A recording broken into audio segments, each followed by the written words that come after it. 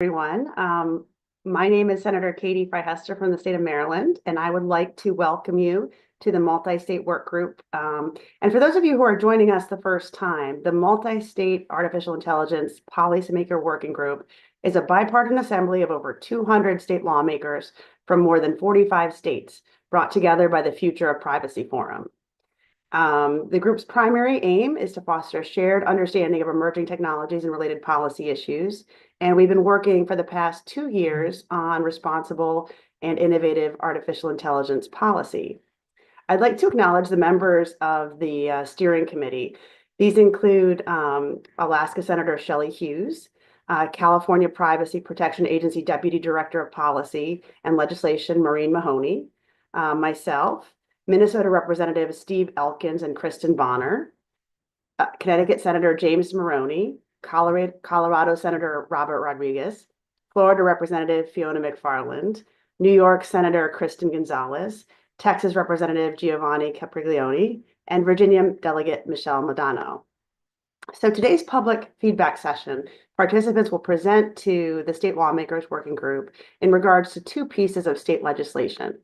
First, the high-risk AI framework based on legislation drafted by Connecticut Senator Maroney and Colorado Senator Rodriguez. And secondly, the Texas Responsible AI Governors Act drafted by Representative Capriglione. We'll have 2 feedback sessions today. The first that you're in right now will run until 12 p.m. Eastern, and then the second will begin at 4 p.m. Eastern time.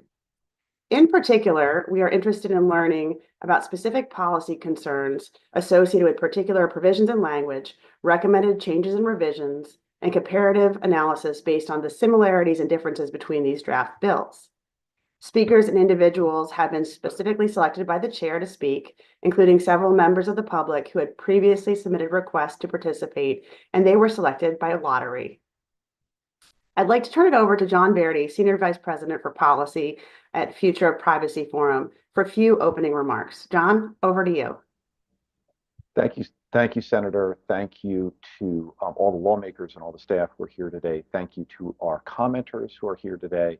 I'm really looking forward to learning from all of you. Just a few words about FPF, who we are. We're a think tank in Washington, D.C., and we provide administrative and convening facilitation support for this group. We act as a neutral facilitator, and the lawmaker members of the working group they're responsible for setting the agenda, the topics, the discussions, and we at FPF are really excited about the opportunities that artificial intelligence technologies present, opportunities to discover new drugs, to bolster human creativity. We're also sensitive to the interest from lawmakers and policymakers in the United States in learning more about the technology, in learning more about the risks, and in learning more about how policymakers may be able to mitigate some of those risks. One of the things we've learned over the years from working on privacy and data protection issues is that there can be many disagreements in the policy space about how best to legislate or whether to legislate about a particular technology or use of technology.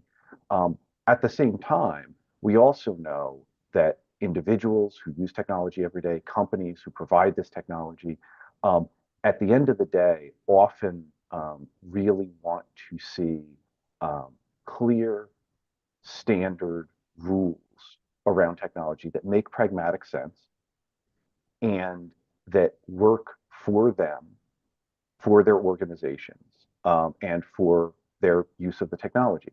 One of the things we've seen over the years is that when inconsistent or conflicting rules are in place, it ends up in bad results for everybody. So our main goal with convening this group and facilitating this group is to help policymakers learn more about the technology, to talk to each other, and also to perhaps talk about how a conflicting or inconsistent approach to any regulation of the technology would be a bad result for all. There are, of course, folks who have strong views about any sort of legislation regarding artificial intelligence technology or about particular sorts of legislation regarding artificial intelligence technology. We think those are important voices, and we welcome those voices in this debate. One of the things that I'm eager to learn about today is to learn more about the lawmakers' views, to learn more about the commenters' views, and Future Privacy Forum is happy to provide the Zoom and happy to provide the streaming for today's session this morning and for a second session later this afternoon. And I will turn it over to the leaders of the group, Senator Hester and your colleagues. Thank you so much, John. We really appreciate the facilitation that you all have done for us. And I wanted to say that I think one of the things that really, unites us is this feeling that, we're trying to avoid to be as similar as possible across the states and not create like major differences and therefore a patchwork of laws. And I think we've really been grounded in a bipartisan, group, focused on the issues of, strong consumer data privacy, transparency for consumers, especially in consequential decisions, and then really maintaining that human element. Those are the three things that all of us who are introducing, legislation really care about. And so without further ado, I think that we should just mention just a bit about our speakers this morning. We will have 8 groups, and the lineup is roughly AFL-CIO, Workday, Technet, the Software and Information Industry, Palo Alto Networks, Consumer Federation, Abundance Institute, and Future Privacy Forum. There might be a slight change at the end there. But each of these groups is going to have 5 minutes to kind of present their views on these 2 pieces of legislation. And then I'd just like to ask the lawmakers and members of the working group, if you have a question, please raise your hand in the Zoom. We'll do a call on you, and there'll be about 10 minutes for Q&A with the presenter before we move on. And so with that, I would like to invite Amanda Ballantyne. Senator Hester, just to be clear, Future Privacy Forum, those are our closing remarks saying thank you, everybody, at the end. It's not us presenting. Great. Okay. Sorry about that. So then I'd like to invite Amanda Ballantyne with the AFL-CIO to provide remarks on behalf of that organization. Amanda, are you there? I am here. Thank you, Senator Hester. I appreciate it. Good morning. Thank you for including the AFL-CIO in this really important conversation about technology regulation at the state level. My name is Amanda Ballantyne. I direct the AFL-CIO Technology Institute, which is a project that the AFL-CIO launched 4 years ago to really focus on the intersection of technology and work and the role that unions need to play in helping workers navigate significant changes in the economy. AI and related data-driven technologies are rapidly transforming our economy and workplaces. And in lieu of strong protections, these technologies could impact workers in a variety of negative ways, including invasive surveillance, privacy concerns, discrimination, and the erosion of labor and employment rights. It's important that we develop state-based regulatory systems that allow for these important innovations because these technologies really can bring remarkable improvements to the economy. But we also have to ensure that these technologies, how they operate, what they do, and how they comply with the law, that they're transparent, safe, and trustworthy, and that tech developers and deployers are accountable for their impacts, particularly as the technologies are new and often untested. From our perspective in the labor movement, workers really are experts in the deployment and use of workplace technologies because they are the frontline users. And there is a tremendous amount that we can learn by truly engaging working people and their representatives, like labor unions, in the development of laws, regulations, and deployment strategies for these technologies, including, but not limited to, workforce development and training strategies.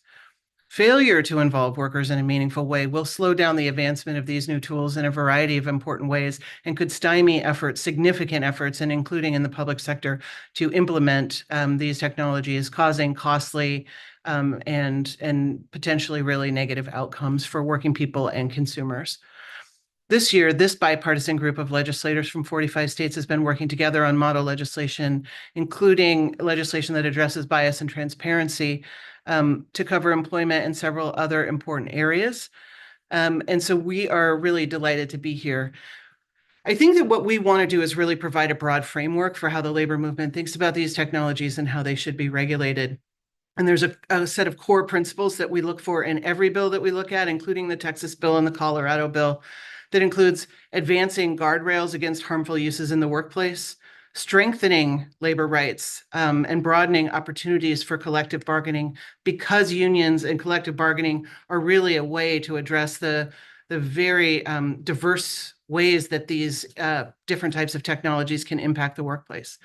Developing worker-centered workforce development and training systems, institutionalizing workforce or worker voice in the research and development that goes into developing these tools, creating transparency and accountability requirements within AI applications, modeling best practices for AI use within government procurement strategies, protecting workers' civil rights, and ensuring that systems uphold democratic integrity, and supporting and promoting copyright and intellectual property protections. We are grateful to this working group for hosting this public meeting. And in our conversation, we want to highlight not just concerns or changes with individual state legislation, but really to emphasize this framework. We believe that really taking these principles and putting them into practice, as many of the pieces of legislation that are addressing these concerns are starting to do, is the way that we get to responsible, safe deployment of these technologies. We have a number of places where we would point to within a set of laws that are being developed at the state level that really we think embody these types of principles. In terms of strong protections for consumers and workers against discrimination and bias, we would point to New York Senate 1169, Section 1D, that the state must establish the burden of responsibility for proving that AI responsibilities do not cause harm, that obligates developers and deployers to commission independent audits on high-risk systems, that uses certain uses of AI that infringe on fundamental rights that deepen structural inequality or that result in unequal access should be banned. We're looking for laws that ensure that consumer protections include workers and end users, that include provisions for responsible use by state governments as employers and developers of AI, that have strong accountability and enforcement systems to make meaningful these protections for all workers. That will involve expanding either state enforcement authority or creating private rights of action. We favor a private right of action around the liability provisions to upstream and incentivize responsible technology development.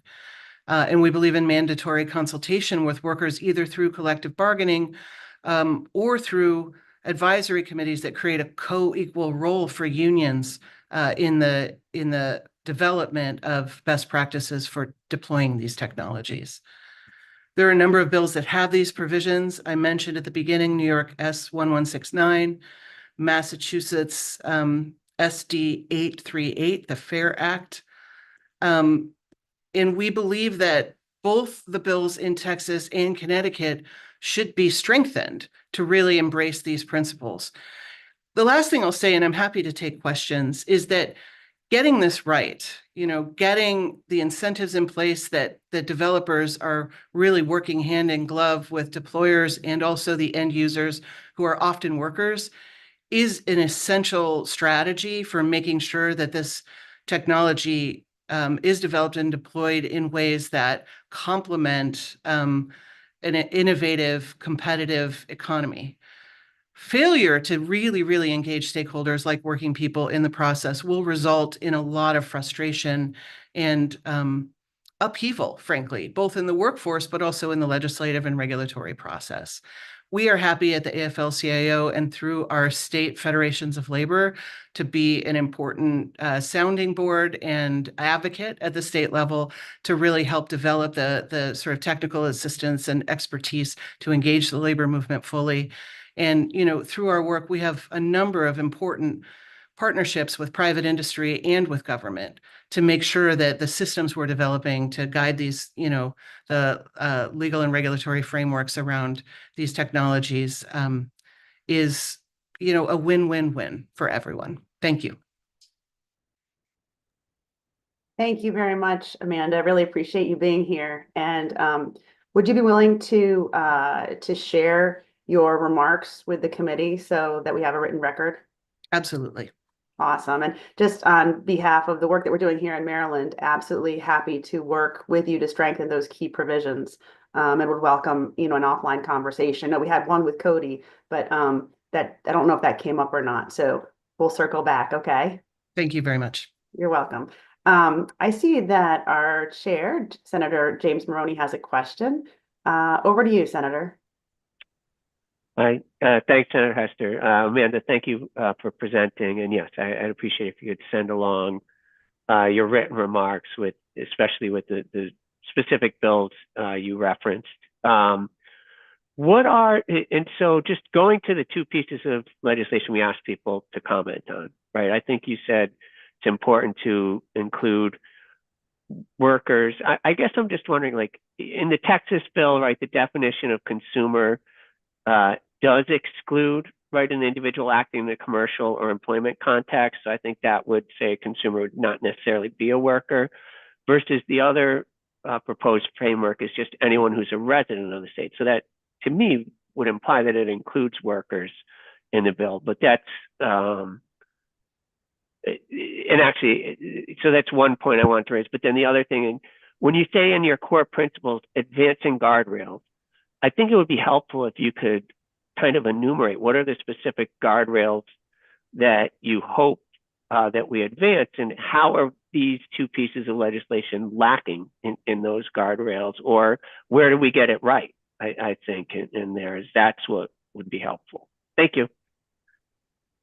So to address your first point, I think at this point we favor the latter language where everyone is covered. And I think the logic behind that is that workers may not be the purchasers of the technology, but they are certainly often the end users who experience potential negative impacts on themselves, their health and safety, their ability to do their jobs effectively, and can also, experience the outcomes of bias or of other sort of negative impacts that these systems have, right? And so, we believe that there shouldn't be an exclusion of workers because they are often some of the most impacted people by these technologies.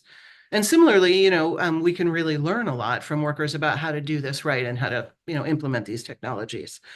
I think that when we look at where we are going, like where we're looking for guardrails, I think that there's a set of guardrails that we're looking at around liability issues that are ensuring that there are incentives in place for responsible development and deployment.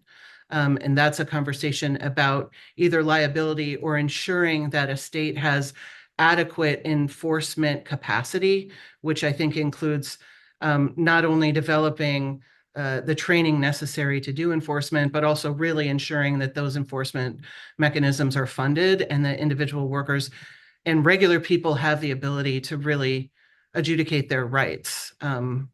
If it is if one of these, many of these laws point to the AG in a state who can sort of initiate suits or adjudicate issues, we just need to make sure that there's an adequately funded system and that people's rights are transparent to them, and workers in the state are trained to really monitor systems, right? I think we prefer a private right of action because we know that sometimes states are overburdened and enforcement can be challenging. We also, I'm sorry, so we can submit paper that sort of covers some of these other issues, but we want to, we really would say that there should be conversations about specific use cases that should be banned, use cases that infringe on fundamental rights or can be shown to deepen structural inequity because of bias or unequal access to services. We believe, like the New York bill enacts whistleblower protections for employees of developers and deployers of high-risk AI systems. And also in the New York bill, the end user is included in addition to the consumer. So that broadens out the set of stakeholders who are impacted. In the Massachusetts, the FAIR Act, agencies are prohibited from using automated decision-making systems for public benefits that have material impacts on the rights of any citizen without complying with specified safety and risk management actions. I mean, part of this is to make sure that when there are negative outcomes, people who are in situations where they may not have time to wait for a lengthy legal process, that we're actually sort of giving them the benefit of the doubt in situations. And so that is really just a conversation about how enforcement can be done in a way that really protects the public from systems that are untested or may have unanticipated results, right? How do you ease the burden on the public and sometimes high risk, people who are in very high risk situations? So for us, these are sort of pragmatic and logical suggestions. I discussed the private right of action, and then just the last thing we'll say is we really are just earnest when we say that working people can provide a lot of insight into how to do deployment right. And I would say this is true in public systems, but it's also true in private systems. So when we start to talk about developing advisory boards or the capacity for influence, remember that regular people do not have the money, they don't have necessarily the knowledge or expertise that tech firms are bringing, but they do have a lot of practical real world knowledge. So making sure that workers and their unions are co-equally represented on important decision-making bodies that are deliberating and considering how to put these technologies in place can be a very powerful way. But if you're formulating committees that have 12 industry voices and 1 labor voice, that puts the labor movement in a very challenging position across a spectrum of issues. And so that's the other thing that we would say is really being earnest about engaging with civil society and the worker rights movement around the design of these regulations. Thank you very much. We heard you for sure. I had one quick question, unless there's others for any of the other members on the call. And I'm just wondering briefly, Amanda, if you'd be willing to comment on the discussions happening right now around the integrator language. So there's deployers, developers, and integrators. And currently, like the Maryland bill does not include integrators. And I just wanted to hear your opinion on how important that is to you and other groups. So I'm not following and tracking the integrator language. Can you just tell me give me a little bit more on what you're talking about? I don't know. I think James had the actual language. Why don't we take it offline? Okay. And I'll circle back to you. Okay. We'll submit our written remarks. And I want to say not only the Technology Institute, but the AFL-CIO and our state feds would be, eager to be in partnership with you to help figure out where is the right place to bring in worker rights provisions and to bring worker voices to this regulation. Absolutely. Thank you. Thank you so much. Thank you. Okay. Just flipping back over here to our agenda. I believe up next we have a representative from Workday. Is Evangelos Razis here?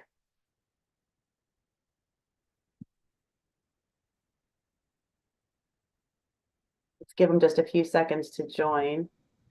Good morning, Senator Hester. Thank you for the invitation, as well as Senator Maroney. Good morning. Good morning. Happy to get started. I don't know if the clock is already ticking.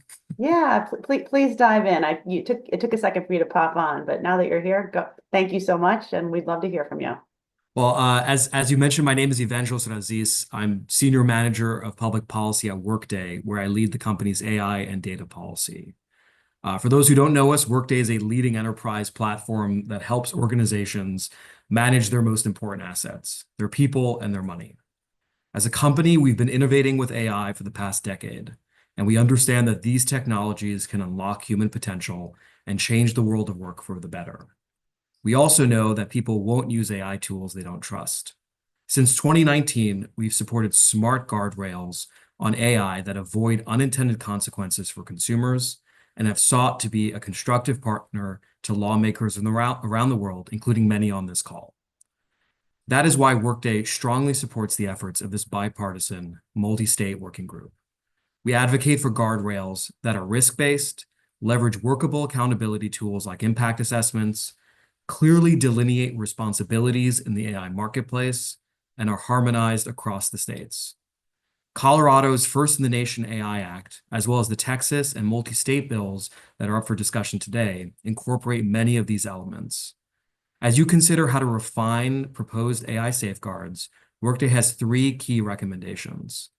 First, recognize that AI used to make fully automated decisions about consumers poses a higher risk than AI that is used by an informed human in the loop. Put simply, automated decisions can be made at a high volume and velocity and without a human's judgment. By contrast, a human in the loop can use AI to enrich rather than replace their decision-making, and without giving up control and accountability.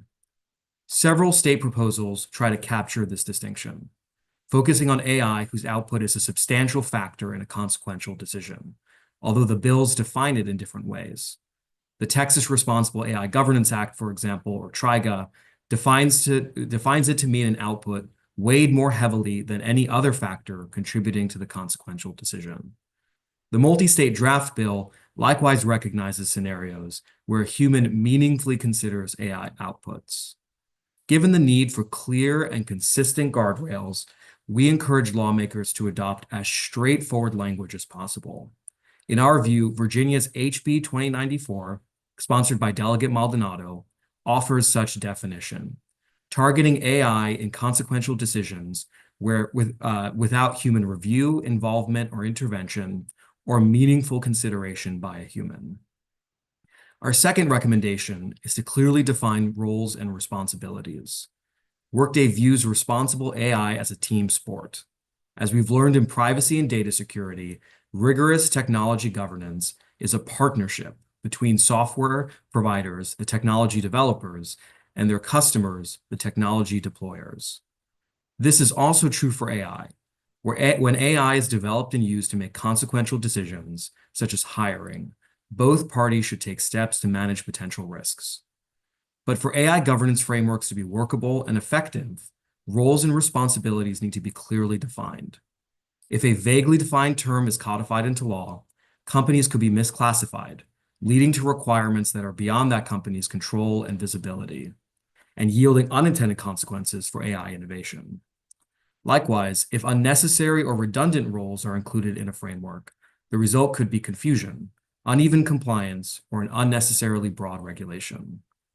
With this in mind, Workday recommends that any risk-based AI governance framework define deployers as organizations that use high-risk AI tools to make consequential decisions about consumers, and developers as organizations that knowingly provide these tools to deployers for high-risk uses. While there may be other actors in the AI marketplace, in the high-risk context, we're confident that focusing on the 2 entities closest to potential harm is sufficient to protect consumers and build trust in the marketplace. In this respect, we're pleased with the multi-state bill's approach to defining deployer, and we're eager to work with you all to advance further clarity on roles and responsibilities. Third, we encourage you to consider a straightforward exemption for small businesses.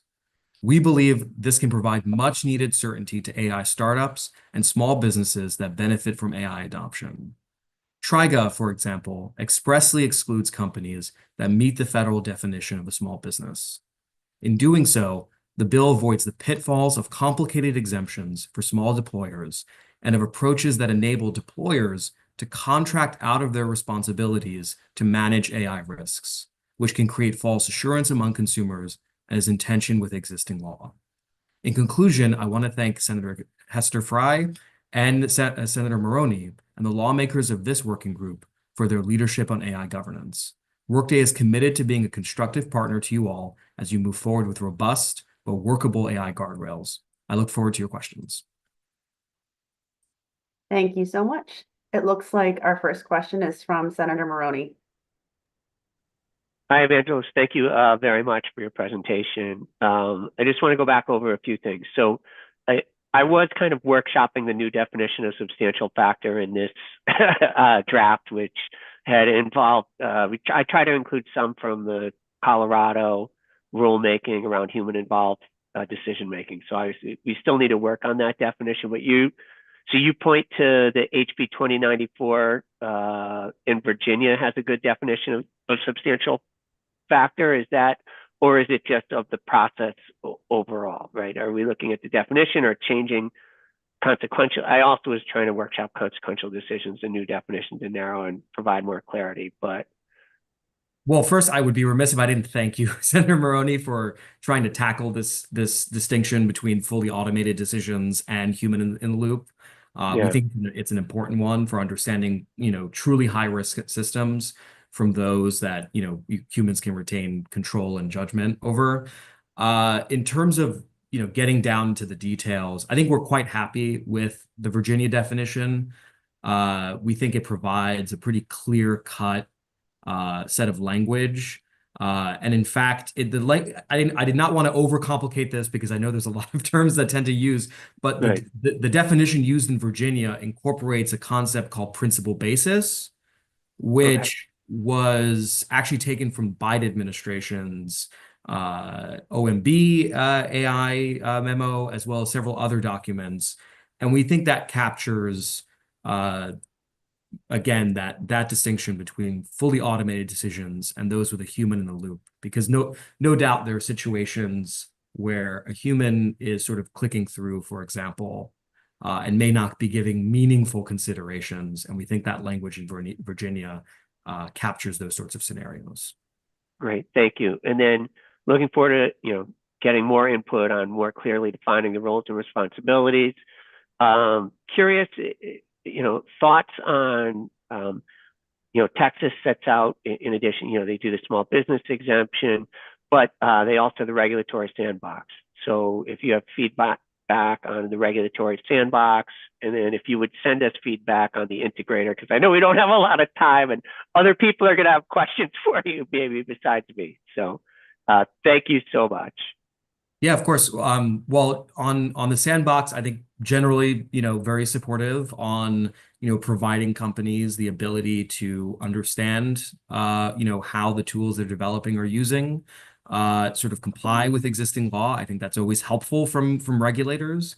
On the integrator piece, happy to discuss more. I think, the language of integrator from the multi-state draft we've seen tends to fall on the action of integrating, which raises quite a bit of questions in terms of who is or is not covered. I think certainly, while we do integrate some third-party models as a company, which is not uncommon in the enterprise space, certainly the core, our understanding of the core sort of purpose of a lot of these frameworks is consumer protection. And so whether the role of an integrator, I have no doubt, exists in the marketplace, whether it needs to be reflected in a specific bill aimed at protecting consumers is perhaps a broader and deeper question.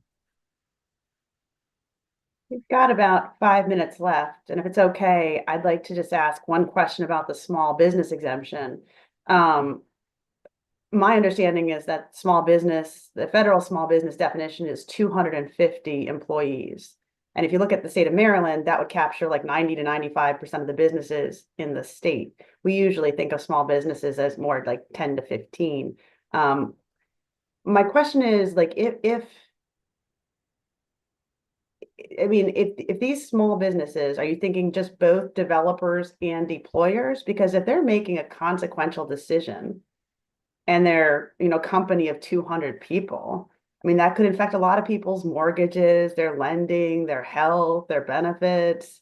Like, do you want to narrow your definition of small business, or are you going to stick to the fact that 250 is a small business and it should apply to all small businesses?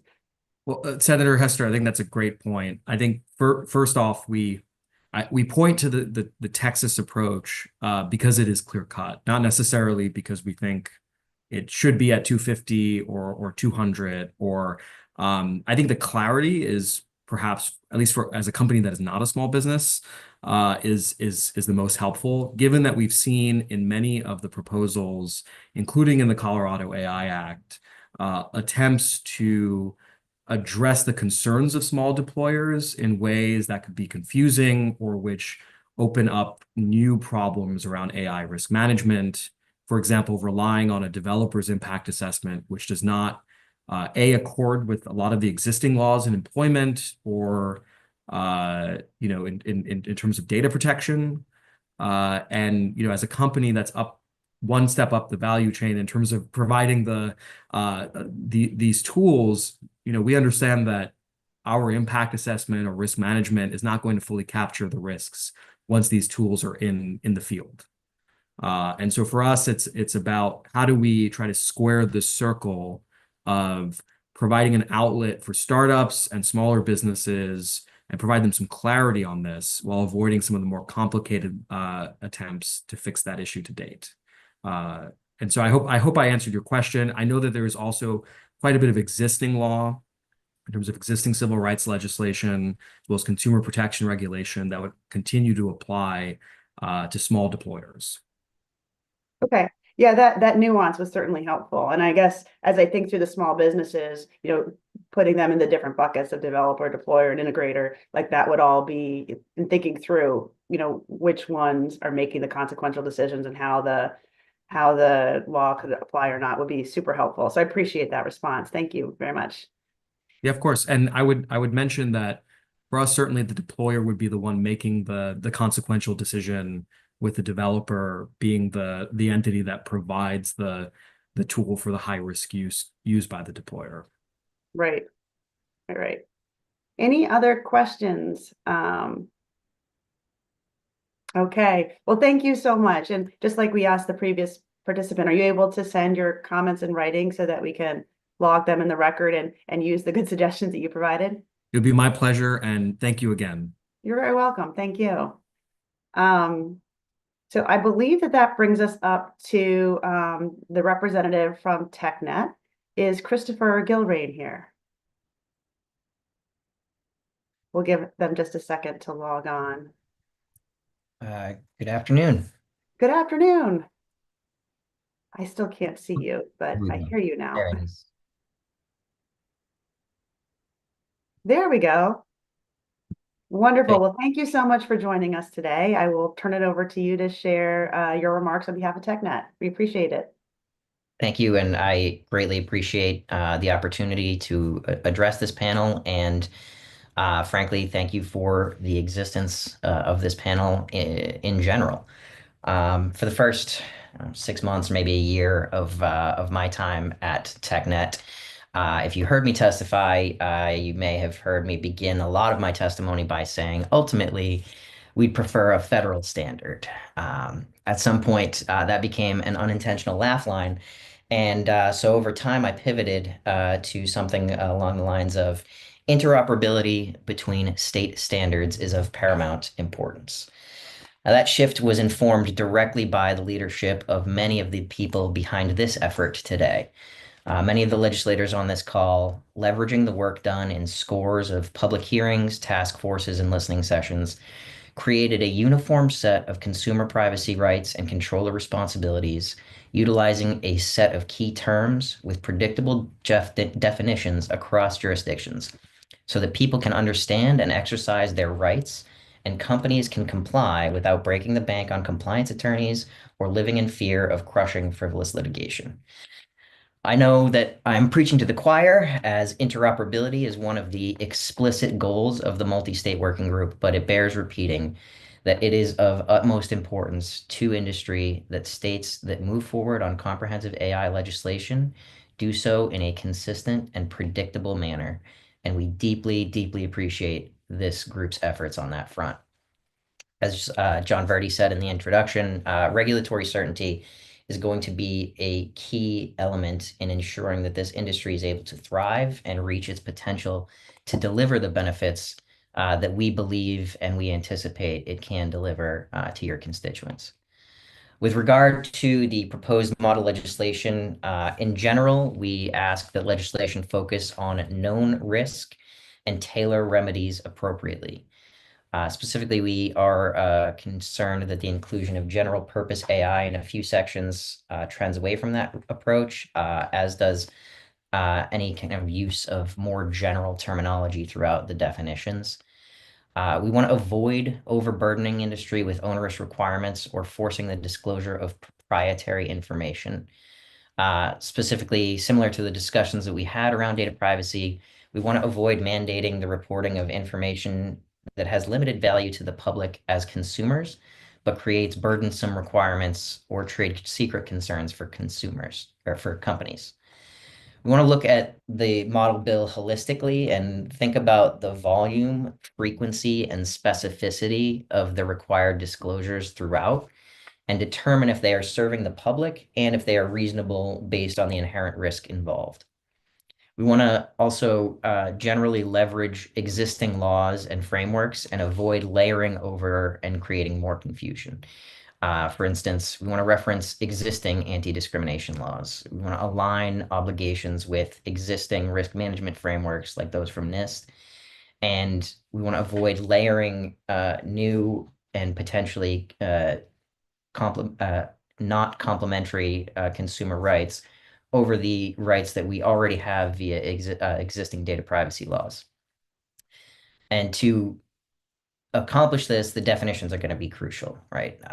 Specifically in the model legislation, as far as substantial factor is concerned, again, we would hope that it can be the sole factor considered or one that is weighted more heavily than any other or overrule conclusions based on other factors.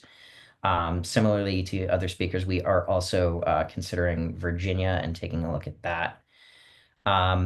In high risk, again, referring to kind of the human in the loop issue, high risk should be operations done without human review or intervention, and scope out functions like improving the result of previously completed human activity and preparatory tasks, like in the UN framework, where it is clear that AI is not a final decision maker.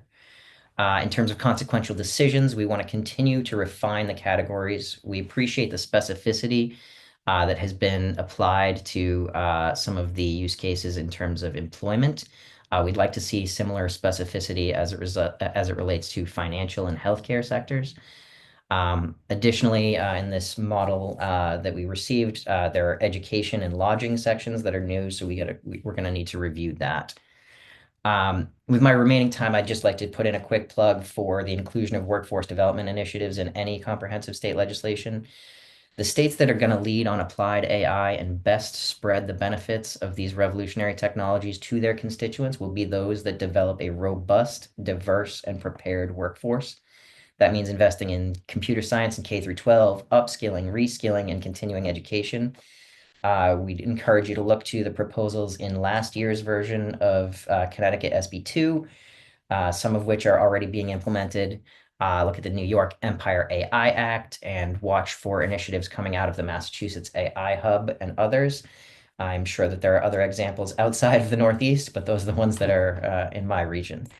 With that, I'm happy to provide our comments in written form and take any questions. And again, I really appreciate this opportunity. Thanks so much. Senator Maroney.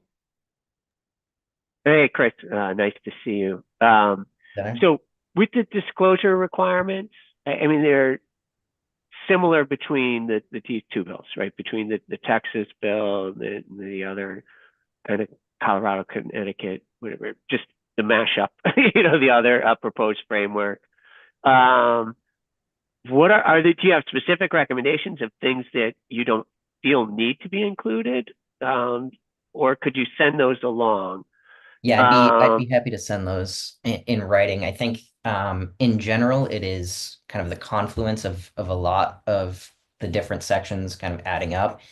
And again, I think it's about like the volume and regularity that is required, as well as in some cases the granularity. And I can send that in writing of the specific sections. okay. And then are these things that I believe you're participating in the task force in Colorado, not you, but the Technet is. So are these recommendations you've already sent in through that task force, or would they be? Yes, everything that I'm presenting today is something that we've referenced in another state. Okay. And then, so you mentioned like reliance on existing laws, but which is, common for people to mention. But I guess one question I have is, one of the things in Texas, I mean, a lot of things I like, but one of the things I really like is the requirement for the AG on their website to post information on how you'd file the complaint and others.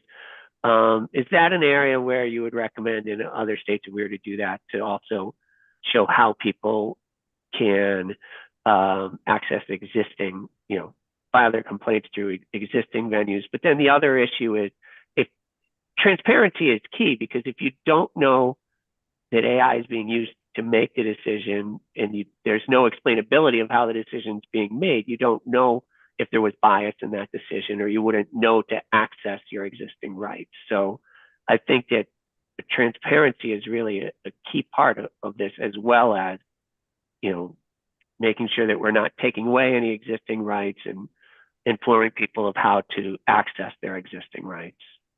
Yes, absolutely, and I think we've been supportive of the transparency aspect of informing people these are your rights and this is how you avail yourself of them. Thank you. Are there any other questions? I guess I had one. Mr. Gilrein, your comment about how you appreciated the specificity about the employment portion of the bill, and noted some other areas that lack that same specificity. I mean, that got me to thinking.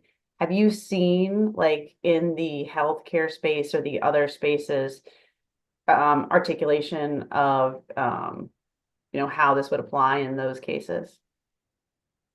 So from other pieces of legislation, Yeah. yeah, I don't know that I have a specific existing bill that I could point to. I think that generally our point is that, we would hope that, if there are specific use cases that, legislatures want to call out, we would appreciate kind of more of a specific language around that. But I can get back to you in terms of if there are models that we've seen elsewhere that we'd like to point to. I mean, whatever specificity you could provide would be fabulous. I mean, I think the thing about AI is that it's all new, right? Sure. And so it's hard for us to predict where those consequential decisions will be made in health or education or any of the other areas. But I mean, I think it's the innovation is going to change everything, and therefore, it's important that they're covered, but totally open to suggestions for how to improve the specificity if we can find things that are broad enough to include the types of things that we anticipate could happen, while also helping to be more specific to reduce angst. So if you're willing to be a thought partner on that, that would be fabulous. Absolutely. Yeah, Katie, just building upon that, as soon as we get off of this call, I'm going directly to conversation with a couple of colleagues and stakeholders specifically about healthcare. In both Connecticut and Maryland, they've taken language from the Washington My Health, My Privacy Act and tried to weave it into the ironically named Washington Privacy Act framework, given that Washington hasn't actually passed one of those. And so a lot of our discussion is about, I've got colleagues who want to basically introduce the, version of the Washington bill. And I'm trying to say, no, I think we probably want to follow Connecticut and Maryland on this and weave it into our basic data privacy laws, which I'm guessing is the approach that you guys would prefer. But, there's, a lot of nuances in the language, and I'm spending a lot of time on that right now. Well, you're absolutely right, Representative, that is the approach we'd prefer on that front. And yeah, Senator, we'd really appreciate being a partner in this, and I'll go back to my members and provide that along with our written remarks. That's great. Thank you so much. Any other questions? Okay, well then we thank you very much for sharing your thoughts with us. We look forward to seeing the written comments, and we'll be in touch. Thank you very much. You're welcome. Okay, so next up, I believe, is the Software and Information Industry Association, and it was Bethany Abbate or Abbate that was had registered. Hi, there you are. How do I correctly pronounce your last name? It's Abbate. Abbate. That's beautiful. Thank you so much. Well, we're really glad that you could join us today, and I'm looking forward to hearing your remarks. Thank you so much. Good morning, Chair Maroney, Senator Hester, and members of the Multi-State AI Policymaker Working Group. My name is Bethany Abbate, and I'm testifying on behalf of the Software and Information Industry Association, known as SIIA. SIIA is the principal trade association representing the software and digital content industries, including companies that are at the forefront of developing and deploying AI technologies. Our members range from global enterprises to startups, spanning across industries such as education technology, financial information, publishing, and software development. For decades, SIA has served as a trusted voice for innovation policy, advocating for balanced approaches that protect consumers while fostering technological progress. Our members are not only driving the development of AI, but are also committed to addressing its risks responsibly. I'll begin by outlining key principles that we believe are critical for AI legislation, followed by some specific feedback on the high-risk model and Connecticut legislation, in addition to the Texas legislation. At SIA, first, we believe AI legislation should focus on high-risk use cases while remaining flexible to foster advancements in AI. Overly prescriptive or one-size-fits-all approaches risks stifling innovation and economic growth. We also believe in promoting alignment and consistency. In the absence of federal legislation, states should avoid creating a patchwork of inconsistent and divergent laws by aligning with existing frameworks, including the NIST AI Risk Management Framework. Clear, uniform definitions for terms such as developer, deployer, and high-risk AI system and consequential decision are critical to implementing laws and providing consumers with useful services. Legislation should also use the same terms across the board. Some proposals introduce AI actor terms such as distributor and integrator. Third, we believe in protecting consumers without cutting them off from valuable AI innovations. Laws should be targeted to protect consumers and disincentivize bad actors. Lastly, we think there should be a high degree of care when addressing AI in education. We caution legislatures to avoid an overbroad approach to regulating AI in education. This is an area where SIA is deeply involved and has unique expertise. I'll speak more to this in my feedback on the Model AI bill. Next, I want to address the model legislation and the Connecticut variation. This is a thoughtful approach to address high-risk AI. However, several areas could be improved with further refinement. First, we think there could be greater precision in the definitions. Terms such as algorithmic discrimination and substantial factor could be narrowed to avoid overly broad interpretations. For example, defining algorithmic discrimination should ensure it applies only to measurable, demonstrable harm rather than ambiguous or subjective criteria. We recommend focusing on legal or similarly significant effects. The term consequential decision, we also think, is too broadly defined regarding education. Notwithstanding the exceptions embedded in the definition of high risk, a risk-averse approach could severely limit the use of AI in schools that are providing necessary benefits in terms of personalized learning, teacher support, and administration. This is a longer topic, but at minimum, the definition should be limited to areas of concern rather than a non-exhaustive list. We will provide recommendations in writing on this and on the itemized scenarios. We want to avoid unintended consequences that could undermine the learning environment. The Texas bill, for example, takes a more limited approach as it focuses on education enrollment or an educational opportunity. And as I mentioned, we can follow up in writing on more specifics with this recommendation. We also support clarification on accountability regarding consumer disclosure obligations applying to deployers of AI systems rather than developers. Developers often lack insight into the specific contexts in which their technologies will be used, and misallocating liability could stifle innovation and create additional compliance complications. Next, regarding the additions in the Connecticut bill, in regards to technical documentation and transparency, we support this goal of transparency. However, we have some concern about the requirements relating to the disclosure of technical documentation to third parties and the Attorney General. We encourage reliance on industry best practices in this space, such as the development of model cards. It's important to avoid requirements that where developers may disclose trade secrets or other sensitive data to third parties. We also believe there should be a limitation on the ability of the Attorney General to demand data for investigations based on maintenance of technical documentation. Additionally, some recommendations on content labeling. While we support measures to build trust in AI tools related to the generation of synthetic content, the technology in this area is still rapidly developing, so we have some concern that these requirements will be challenging to implement at scale.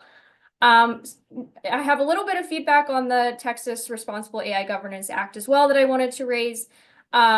We see some opportunities for improvement, which include some refinement in definitions with the key terms such as high-risk AI, substantial factor, and algorithmic discrimination. We also think there could be clarification and responsibilities for different actors in the AI value chain. The Texas bill addresses developers and deployers, but also adds this new category, the distributor, and the allocation of responsibility among these three is ambiguous. This is likely to create some confusion. We also think there are some open source considerations that still need to be ironed out despite the exemption for open source, and we would like to see some consistency across provisions. And lastly, we think there could be clarification on the role of the AI Council. The inclusion of the AI Council with rulemaking authority is a Texas-specific governance mechanism that's been introduced, but we think greater clarity would be beneficial on its role and in relation to collaboration with the Attorney General's office. In conclusion, SIA applauds the working group's commitment to ensuring AI policies protect consumers while fostering innovation. We urge lawmakers to continue engaging with stakeholders to refine these bills and ensure they prioritize alignment, provide meaningful protections to consumers, and encourage innovation. SIA stands ready to serve as a resource as you help navigate the process. Thank you for this opportunity today, and I welcome your questions. Thanks so much, Ms. Abbate. Looks like Senator Maroney has the first question. Thank you so much for presenting to us. So, yeah, I agreed, I guess, on your suggestion on the consequential decision. So you would say to narrow it down to admission opportunities. And would you send specific language? We can absolutely send specific language on how we would narrow it down. But as of right now, we do think it is defined a bit too broadly, and we just want to avoid unintended consequences. And we think AI in education is a really great opportunity for the next generation of learning. So we just want to make sure that we preserve that. Okay, great, thank you. And can you talk, I mean, you said,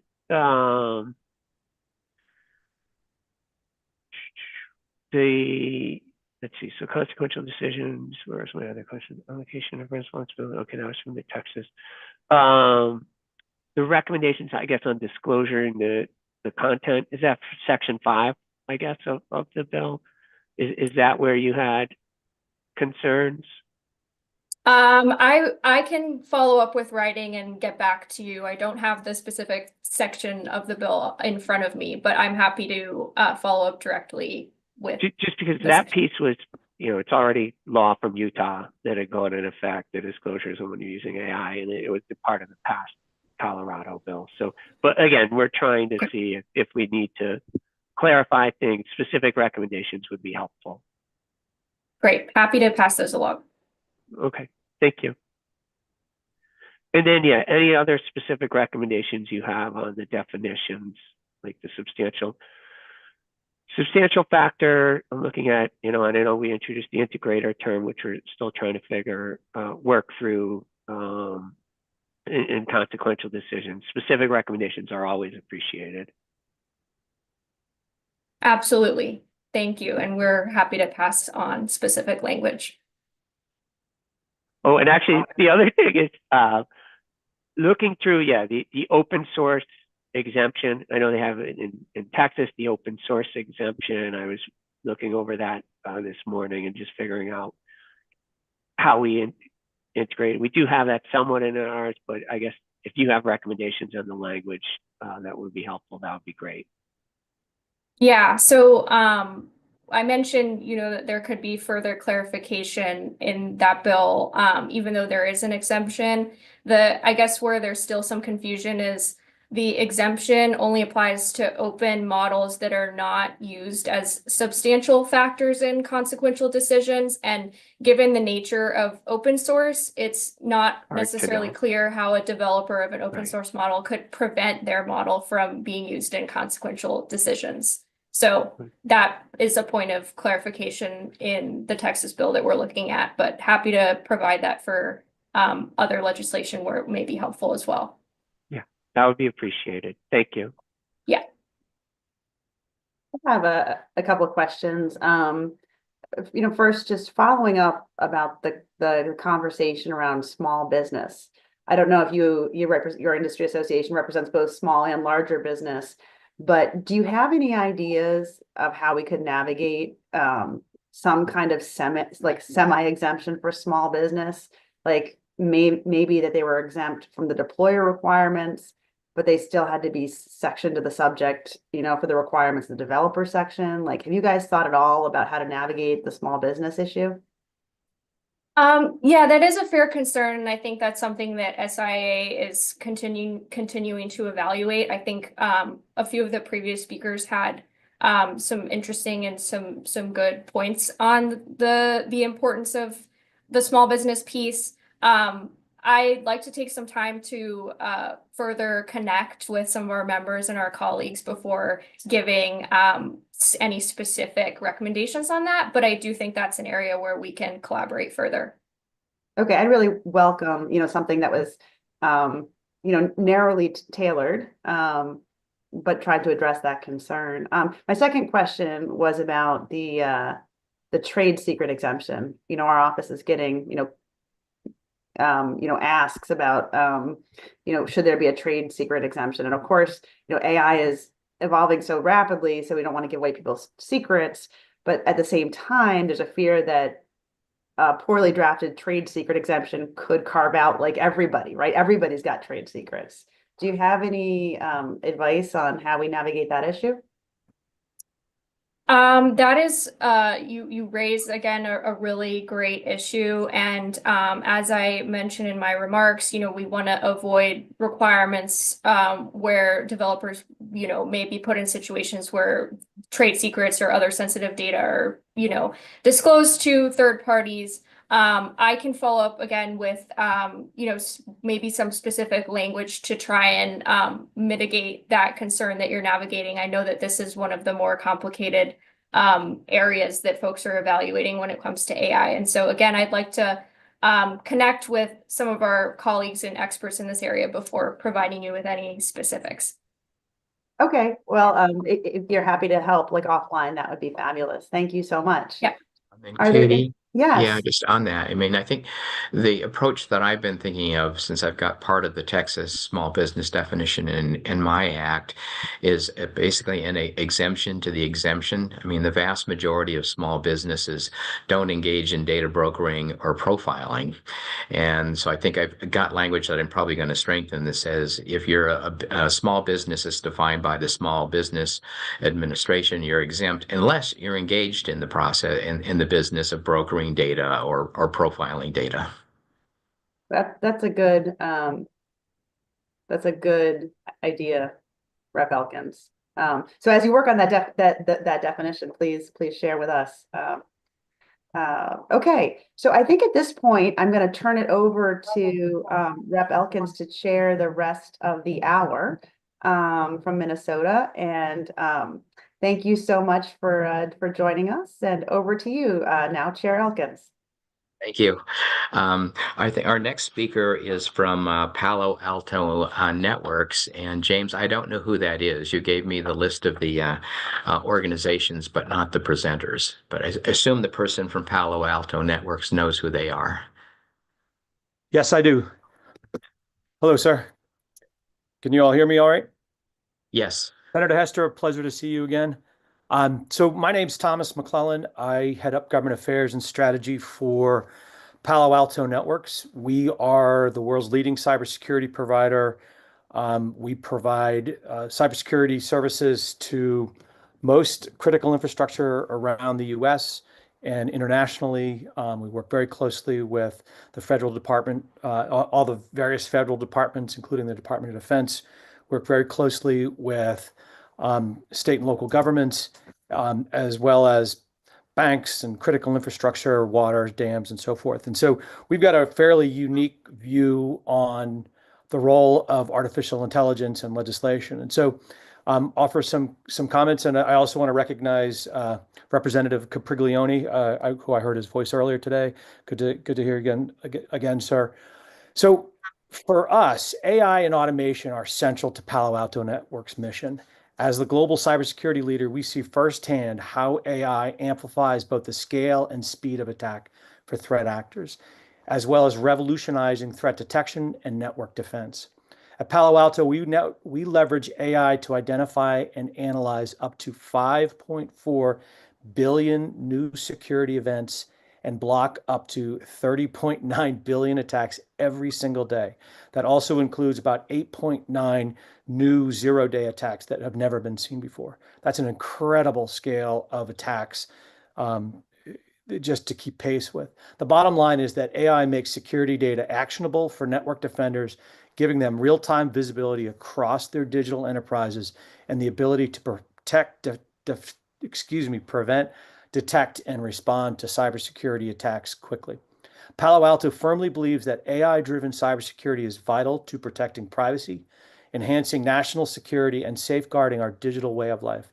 To that end, we commend risk-based proposals that recognize routine beneficial uses of AI like cyber defense and focus on guardrails intended to mitigate clearly defined risks that result in consequential decisions or one that has a legal or similarly significant effect on an individual. Our team stands ready to discuss these in greater detail, but would like to offer a few recommendations that would enable a pro-innovation approach to AI while preventing unintended outcomes. First, secure the AI ecosystem. Securing AI infrastructure is vital to defending the growing attack surface and further promoting trust in the use of AI. You cannot have transparent and safe AI without secure AI. Two, ensure disclosure requirements do not have unintended consequences. Our last speaker mentioned unintended consequences several times. So policymakers must take into account the potential national security impact when formulating the details of disclosure requirements. Intellectual property, proprietary information, and data vital to network security must always be protected. Also, when considering new investigative regimes, requirements should not cover or impose different thresholds than existing frameworks, such as for the reporting of cyber incidents. Three, and final, consider the utility of data for vital uses like network security when looking at opt-out requirements. Cyber defenders need real-time access to global security or threat data to improve security outcomes and cross-border cross-border threats. With that in mind, sorry about that. And providing the opportunity to opt out of the use of such data could dramatically hinder the effectiveness of cyber and data security. In effect, it limits our ability to innovate and stay ahead of attackers and to leverage AI to combat AI. In closing, we encourage all entities to embrace the importance of AI for cybersecurity and look forward to working with you and your staff to promote its secure adoption. And I'll stop there.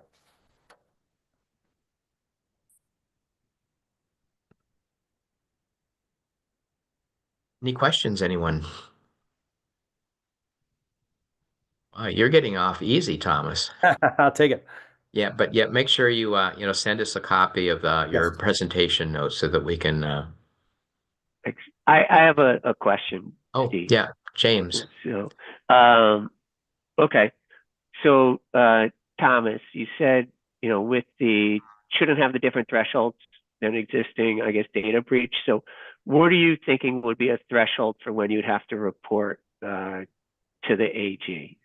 So obviously, I guess the one instance is right. We don't want it there, or you're not recommending that, but what would be a threshold for reporting, I guess, based on data breach? And then the other question I have would be in regards to testing systems for their cybersecurity. And if you have recommendations, I know there are some requirements on reporting that in the Texas bill, but also there was, I believe NIST had developed the Dioptra and open source for helping to assess and test threats against models. So any comments on if that's something we should integrate or how we work with that? So Sure.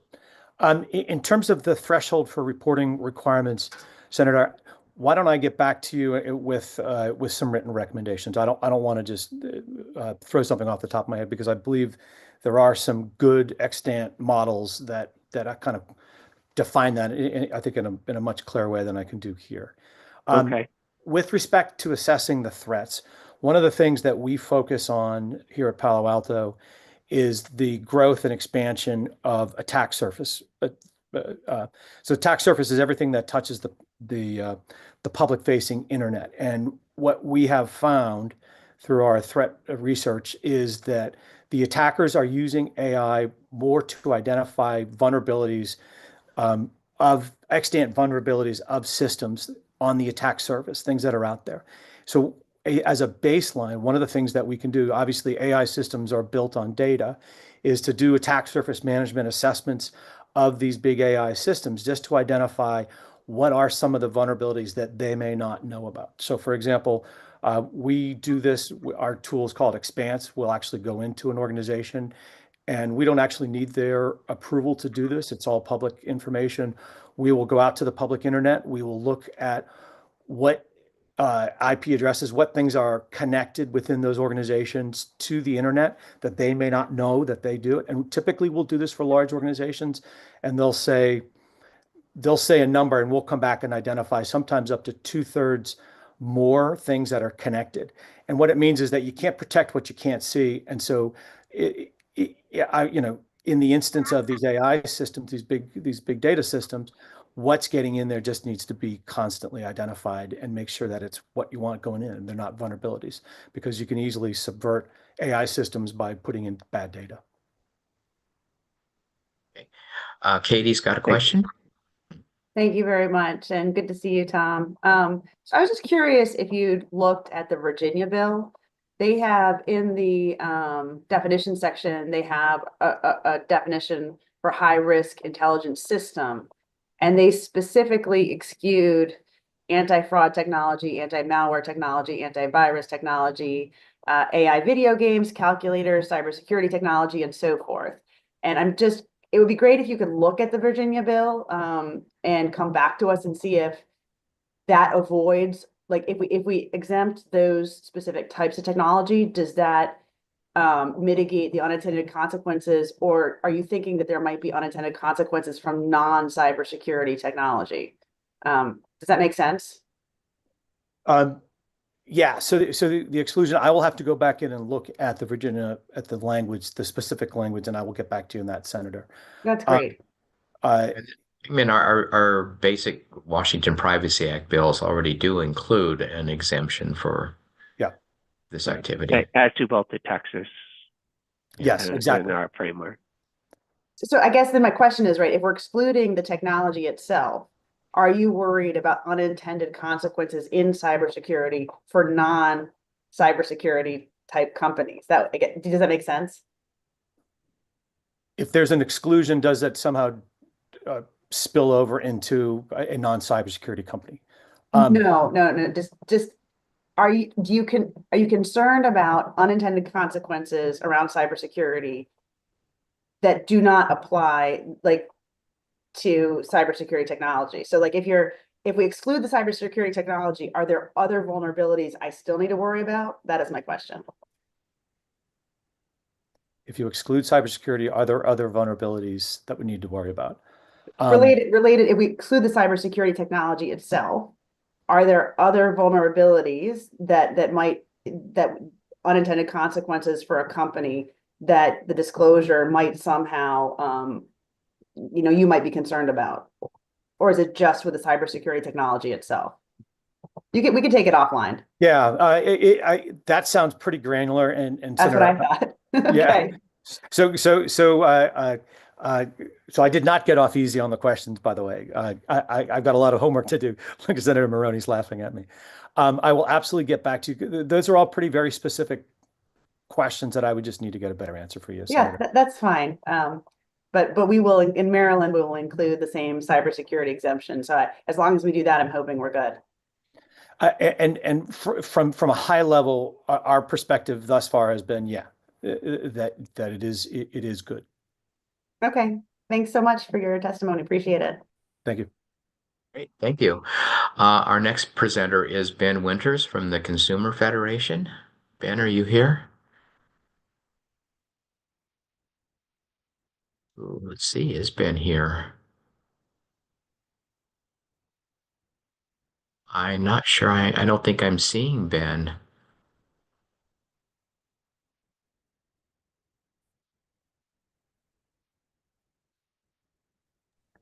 Ben's here.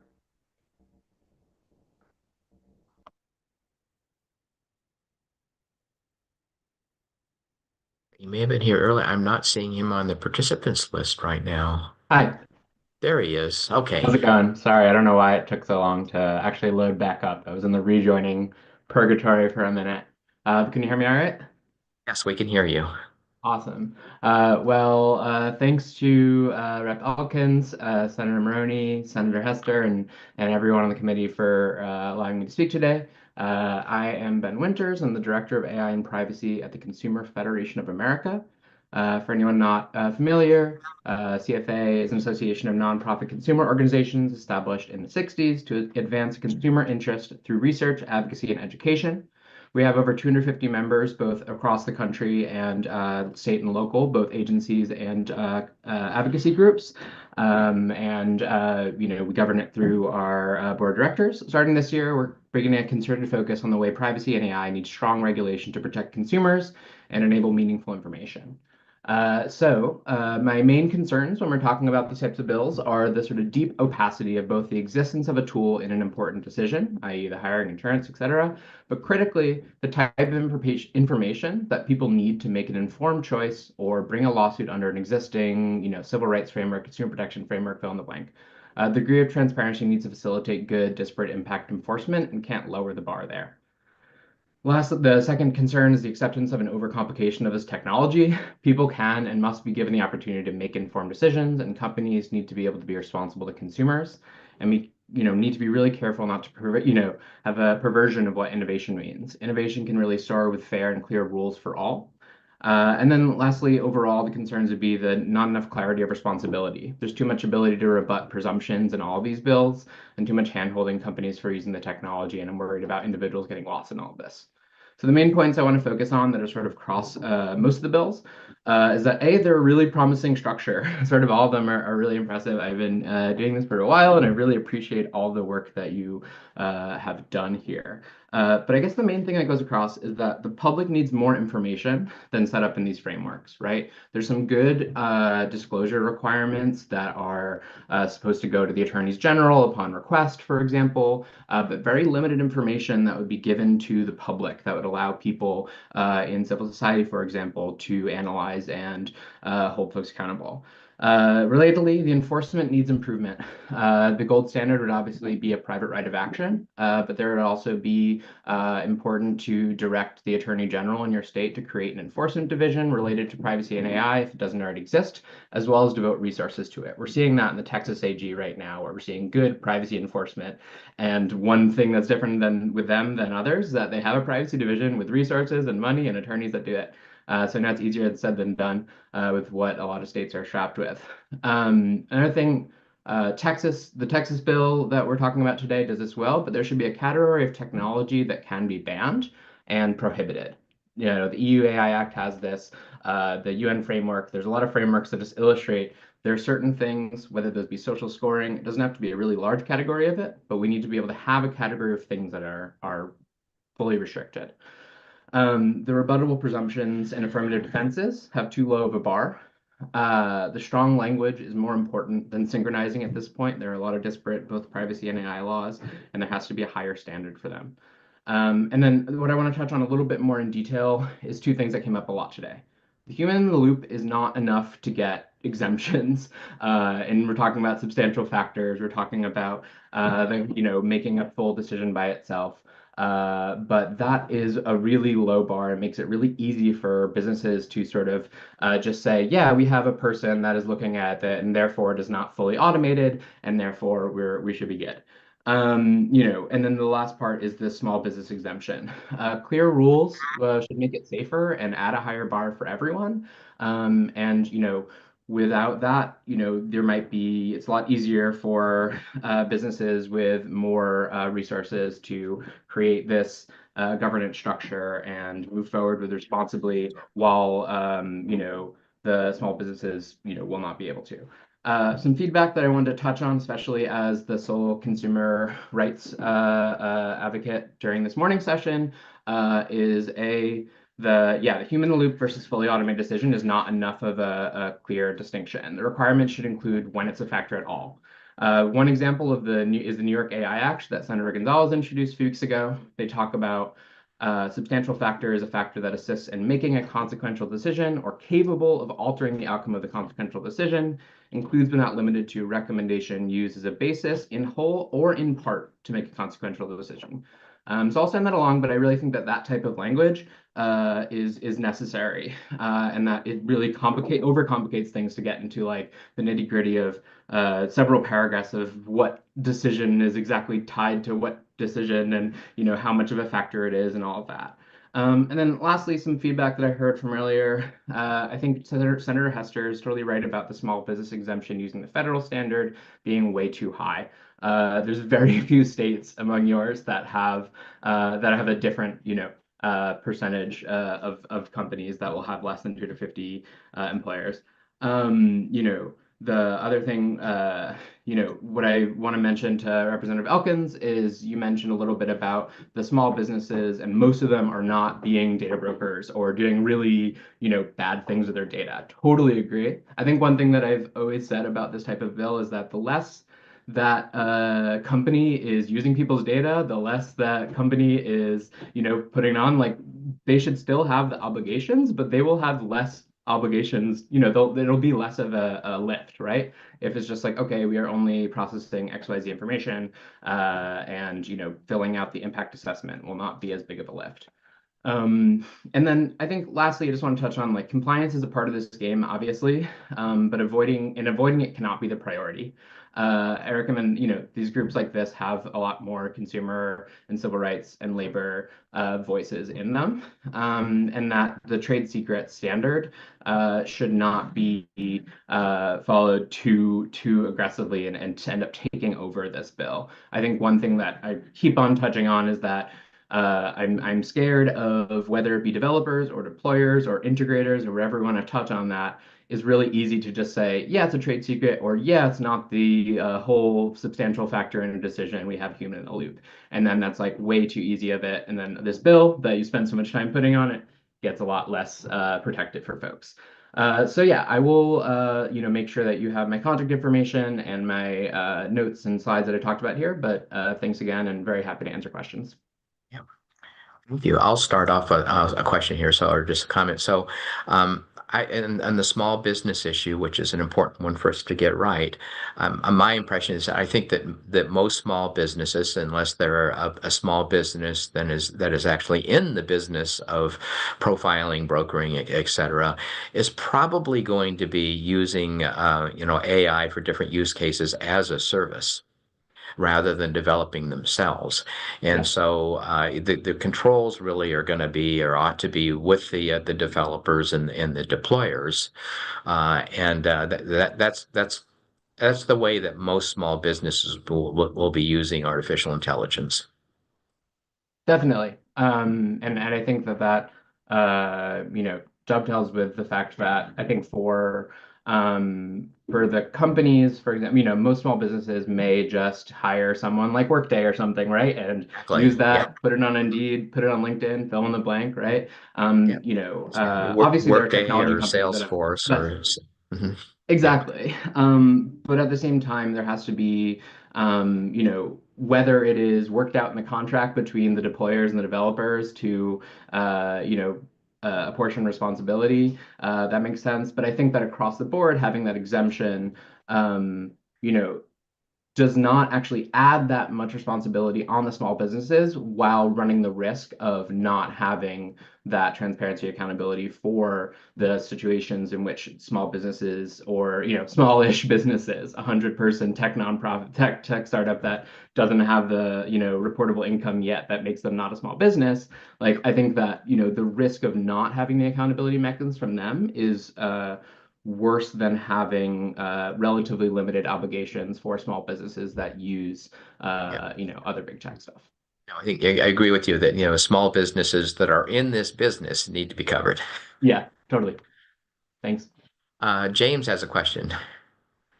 Hey, Ben, thank you very much for presenting to us. So I have two questions. So one, I think agreed that I think the transparency requirements may need a lower bar, right? In that, instead of so I'm just going to. Someone before had mentioned the possibility. Someone else who was going to present late at the second session, but had brought up the possibility of bifurcating, right? In that maybe for the disclosure that AI is being used to make a decision about you, it's a contributing factor, and we could go back to the original Texas Responsible AI, the first draft, where they looked at contributing factor, and then so the other requirements, the impact assessment risk management framework, would be tied to the substantial factor. I'd like to get your thoughts on that. And then the other is, so on the rebuttable presumptions, and you didn't bring up third-party auditing, but I'm just going to kind of tie this in here, is that what if, one of the things with the rebuttable presumption is agreed in some way that it may be too low of a bar since you're self-certifying in some way that you've done these things. What if we were tying it to international standards organization, right? So businesses can get certified by ISO for the 42001 for their risk management framework.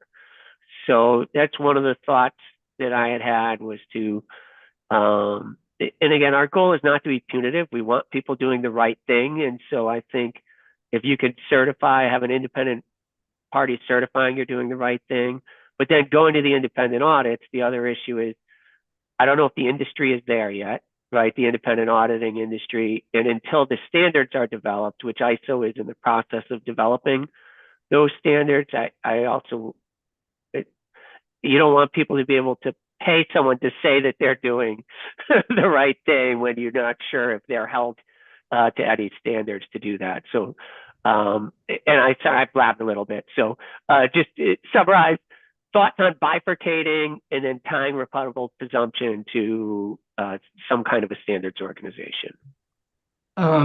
Yeah, thanks. And I'll definitely like respond more properly in an email or something. But I think on the bifurcating, having a higher standard of disclosure and responsibilities when it's a contributing factor to a specific important high risk decision, I think, yes, absolutely, there should be a higher standard for that.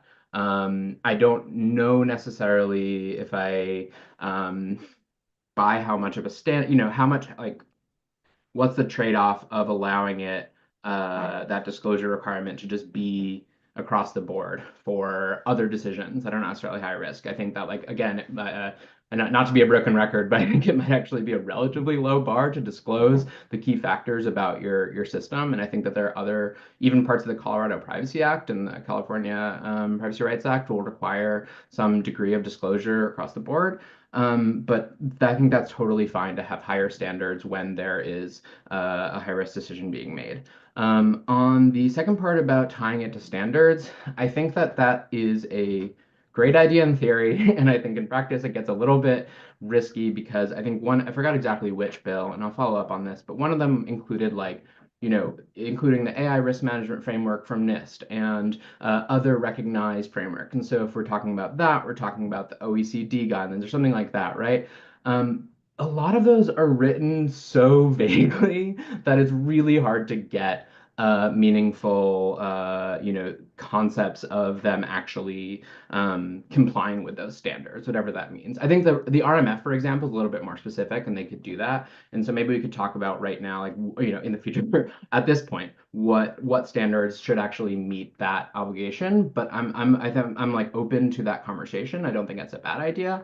I think that maybe what's a better approach is that like in the disclosure, there could be a minimum prescribed sort of like set of things they have to disclose in order to test and certify, right? Like the baseline stuff, and this gets touched on, I think, in the Texas and the Connecticut bill. But right, you could fill in the blank of developer and deployer, the data it was used to train on, the basic concept logic of the system, the types of outputs, and how it's being integrated in the decision-making process, right? I'm just putting that off the top of my head. We'll follow up, but I think there's some degree of things that people can agree on are not too onerous as to put in jeopardy a competitive advantage while actually enabling consumers to understand this is the type of system I'm engaging with, allows them to talk with their attorneys or their whatever if an adverse action ends up happening.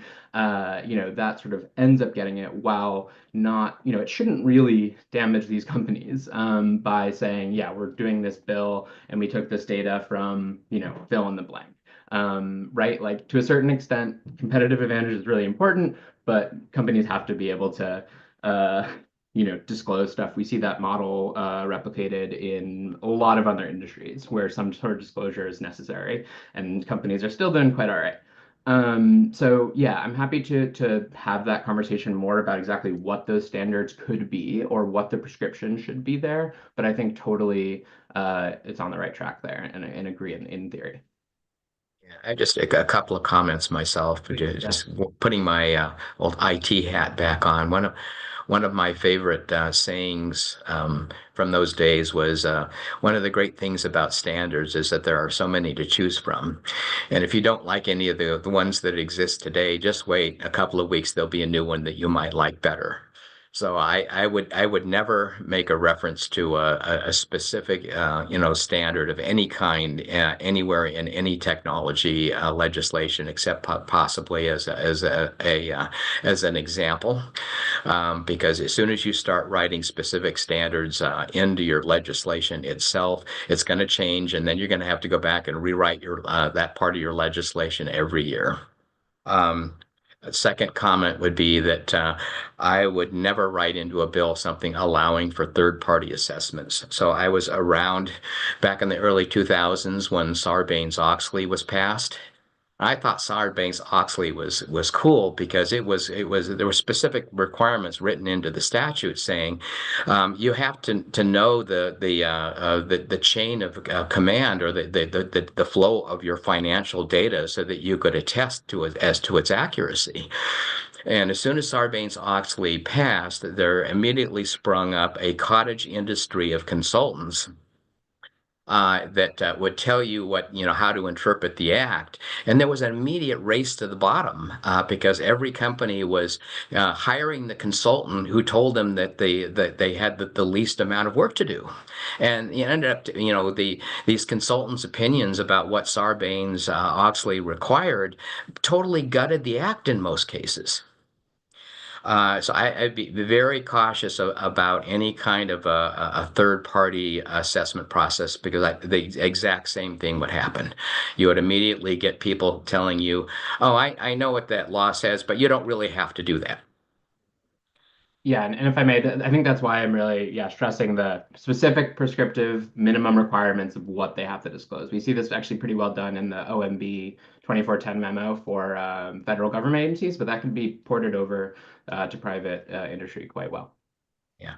And then like everybody else on this call, except for the business representatives, I'm constantly fighting a battle about the abuse of trade secret law. This week I'm still battling with the pharmaceutical manufacturers who think that their list prices are trade secrets, even though there are clearinghouses who distribute all of their prices to the trade. So staying away from that one. Any other questions? I don't see any other hands up. I have a question. Brady. Yes, Yeah. thank you. I'm from the Utah Office of Artificial Intelligence Policy. I had a question about this. We're in the process of putting in to statute certain standards on a specific application. We've been studying the use of AI in mental health. And so we're putting into the statute a standard, which you just commented is not a good idea, but it's an optional standard. It's not a requirement. It is tied to the ability to have a rebuttable presumption, however. So on this discussion, I would like Ben's opinion on just generally, because it's a burden of proof issue, which is more consumer friendly, a rebuttable presumption or an affirmative defense? Sorry, which sort of model, if given those two options, would I prefer? From what you've seen, but I'm talking about a very specific use application where we're codifying a standard that then, if they adhere to the standard, they're entitled to a rebuttable presumption. Yeah, I think honestly the devil's in the details with exactly like what triggers the rebuttable presumption. I think some of the things that when looking through some of the bills was worrying me was like the fact that you did a impact assessment equals a rebuttable presumption in affirmative sense. Like that should not be something that allows to trigger either of those things. Same thing goes for a memo that talks about the risks and how you're addressing them. That also should not do it. And so I think that either's okay. I think the rebuttable presumption is probably better than an affirmative defense sort of type of model if I had to choose one. But again, and hate to put my lawyer hat on and just say it depends. Like it so depends on it. If you want to have a long conversation about this in your specific use case, very happy to chat. I'll probably be in touch then. We're fairly confident about what we are putting in statute because it's just tied to applications in mental health, and the standards have been coordinated with mental health experts. My own boss, the director, is a mathematician and expert in AI. I'm just a lawyer, so I just wanted to ask that question. Thank you. Great. Okay, Katie's got a question. Yeah, thanks, Ben. I was just curious if you would be willing to take Maryland, at least I'm looking at Virginia's model, which is not one of the pieces that we're looking at today, but there is a rebuttable presumption in there, and we've gotten some questions about it.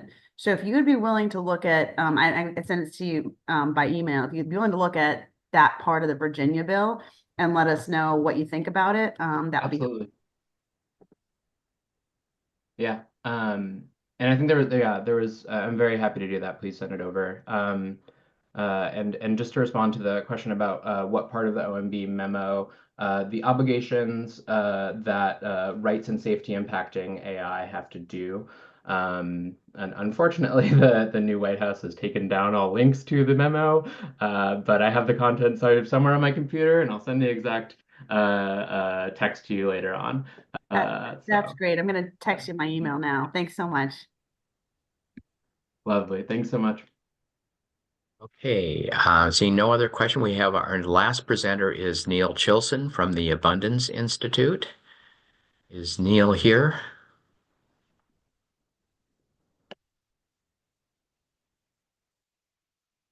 He's here. Neil, you're there you go. You were on mute. Yes. Thank you so much for having me, Rep. Elkins, Senator Hester, Senator Maroney, and members. My name is Neil Chilson, and I am the head of AI policy for the Abundance Institute, which is a mission-driven nonprofit focused on creating the social and policy environment necessary to help emerging technologies develop, flourish, and create widespread human flourishing.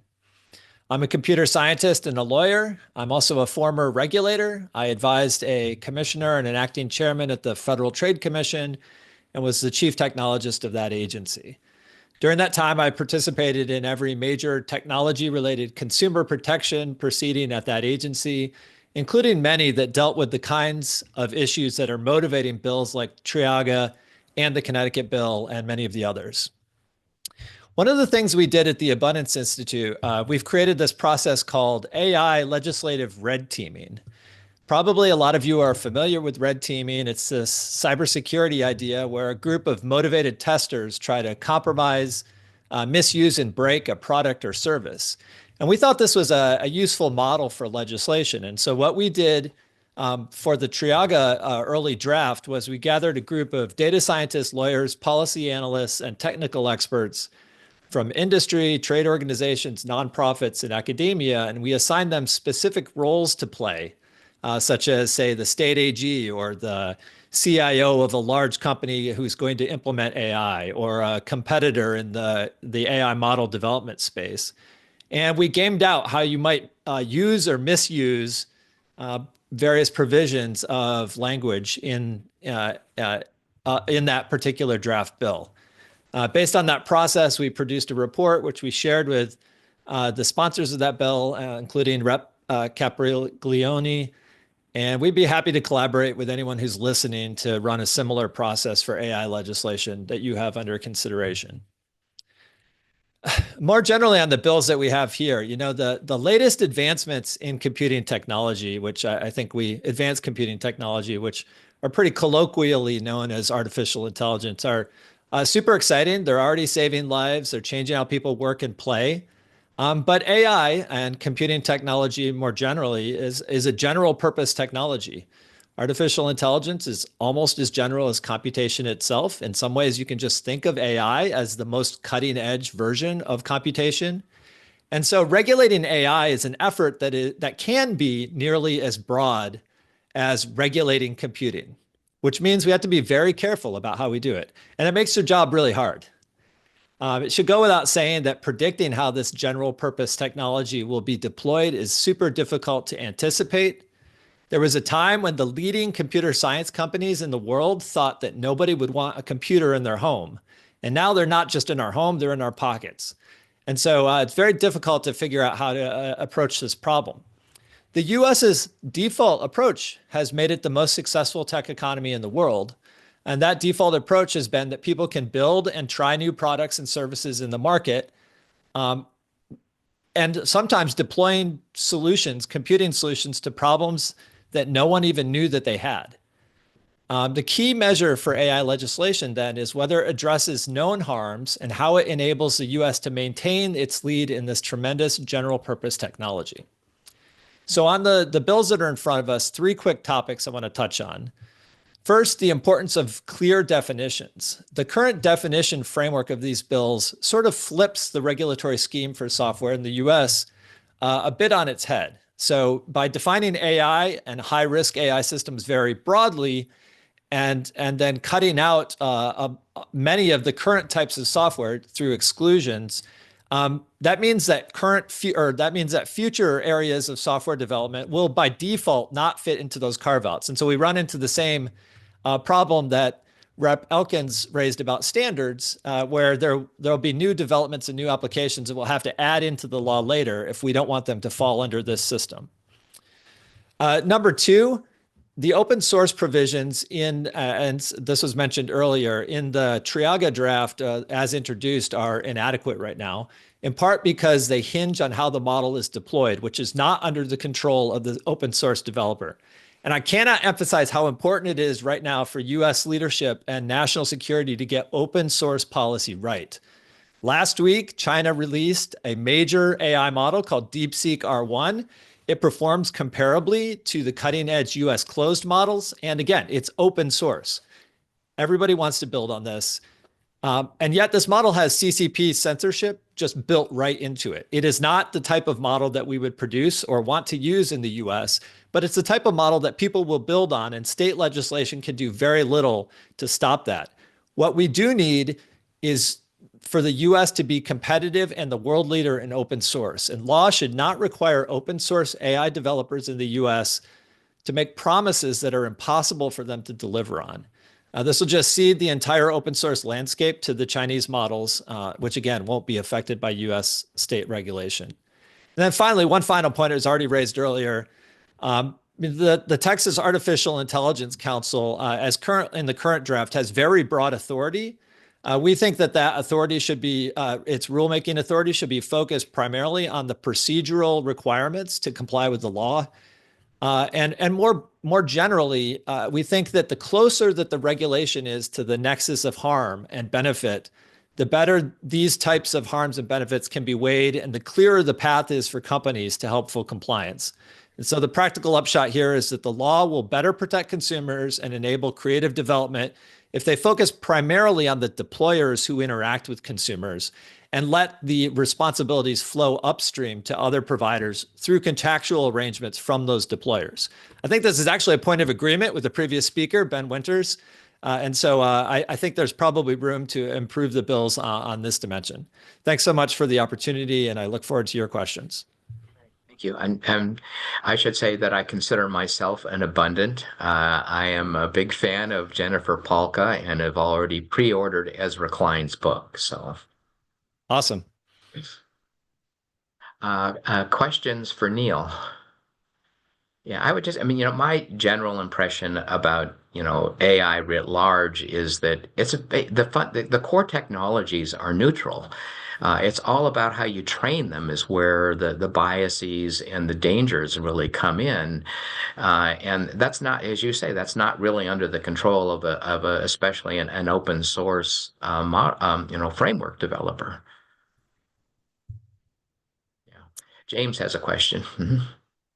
Great. Neil, thank you so much for presenting, and I will be sending you the draft of the Connecticut bill for some red teaming. Great. The legislative red teaming. So probably 2 weeks before I can incorporate all the feedback from today and some of the other pieces into that. But thank you for that offer, and hopefully you would be okay if we just gave your email address out.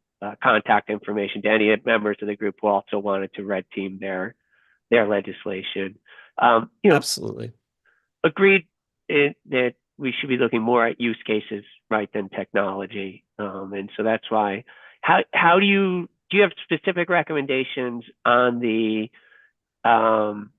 definitions? I think really the consequential decisions is where we get at what we're trying to regulate, right, within that definition of the consequential decision. So I don't know if you have specific recommendations or could send some on how we narrow that, because the consequential decisions, all of those are areas where there are known harms, right? We've seen discrimination in employment, we've seen discrimination in lending. And again, in employment, it's the discrimination, right? I read one system that determined parents aren't as good of employees, so they were looking through, and if they could somehow figure out that you were a parent, you didn't get recommended, right? And so again, and then one of the issues is there are times when existing laws, maybe things are not technically illegal according to existing laws, but they're harmful nonetheless. And we want to, I think that, our goal is safe and transparent, right? And that we're getting the best decisions. So, well, Yeah, so I think my primary recommendation is, of course, we could, change like the dimensions of what is a consequential decision, but primarily, the main concern I have is the application of that requirement along the AI stack, right? And so when you go from developer, that's a very difficult standard to apply because you're not quite sure how people are going to use it. But if you're getting down to the use case, like an insurance provider or a healthcare provider or a rent, that the path to compliance there is much clearer. And so so I think the problems come more from having obligations further up the stack where it's much more abstract and it's really hard to comply with. If those obligations are lower on the stack where it's actually contacting the consumer, I think that makes a ton that helps make the definitional problems more concrete, both to define in language, but also it makes them much more concrete for the people to comply with. And do you have any examples of legislation you'd point to where they feel they got that the separation of responsibilities right? Well, there's lots of different ways you could separate the responsibility, right? You could try to do it in a general law like this. The ones that I'd point to as maybe separating it in a different way are ones that are focused on very specific types of harms. And so, the Stop Deepfake CCM Act or the Stop Non-Consensual Distribution of Intimate Deepfake Media Act. These are model policies that I think ALEC has that are very focused on a very specific harm. And of course, that doesn't touch a lot of the other harms that Triaga and some of the other bills are trying to work on. But that type of approach where you're focused very much on the specific harm that you're worried about, and you're focused at the point of the person who would deploy that technology, that general purpose technology. Those are the approaches that I would take. And you could do that. You could package several of those into a bill like this. And the way I think you would do it in Triaga would be, again, to focus primarily on the deployer category. And I mean, my recommendation and the recommendation from our red teaming group was that the other two categories that are in Triaga are very abstract and probably don't add a ton to the consumer protection that you couldn't get by having deployers take the right provision, take the right approaches, and then give them the responsibility and then have them be able to contract that, if there'll be service providers who say like, hey, we're going to certify this. And Rep. Elkins, I know you have some concerns about that approach, but that is a very typical approach. It works along a wide range of business compliance, legal compliance, and it can go bad. But there are ways, I think, to help allow that flexibility that comes from the small company not having to be an expert in everything, but still have a responsible approach and have the accountability lay with the person who is most connected to the consumer. That's at the FTC model. That's worked very well, and the consumer protection that the FTC does. And I think it would work well in state legislation as well. So my concern with that approach is that now, how are they sure that they get all of the information that they need in order to run an impact assessment, right? If there's not transparency from the developers, if we're not requiring transparency in the developers. And then the other thing is when you're using a general purpose, right? It can be used for a number of different issues. So obviously you're developing it, you're not considering a high risk use case, but you would still have to make information available to people who wanted to modify that to use it in a high risk use case so that they could ensure that, that it was safe and transparent and they had the information that they needed to run those impact assessments. Yeah. So, I mean, what you're talking about there is how do you get the incentives aligned so that the user, the deployer, can get the information that they need in order to comply with the law? And I think, it's a business requirement. If these deployers have to, say, produce an impact assessment, that will be something they'll be looking for in contractual assurance from their suppliers. And maybe there are ways we can strengthen that incentive, but I worry about having obligations that are at different layers because there could be mismatches in the obligations where the deployer, for example, or the developer, for example, says, hey, I checked all the boxes here. And the guy at the bottom says, hey, I checked all the boxes too, about what the requirements are. But there's stuff, because the ultimate responsibility is just in those boxes, there might be stuff that's missed. And therefore, it ends up not protecting consumers, or it ends up making it difficult to provide the type of technology that, say, a new business that's trying to do something new wants to do. And so another thought I had was, one of the requirements is the information necessary for the deployers to meet their obligations, right? Developers have, they are required to make the information available necessary for deployers. So would you say then, and just instead of being so prescriptive, you just generally say you have to make available the information required for the deployers to comply with the law? I think that might be one way to get more flexibility. I have to think a little bit more about like what might be the effects of that. That could add flexibility, right? Rather than being prescriptive about what those specific requirements are, say that, hey, it's your responsibility to facilitate the deployer's ability to comply with the law. Thank you. Thank you. Anyone else? We're about at time. I know I've got a hard stop at noon, but Central Time.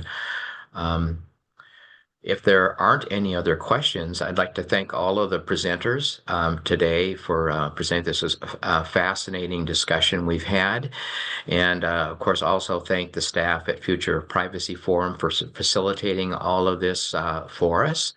And we'll look forward to seeing many of you at our next meeting. James, anything closing remarks you would like to make, or Katie? No, good. You nailed it, Steve. Thank you. Oh, Katie nailed the first part. Okay, cool. All right, thanks everyone.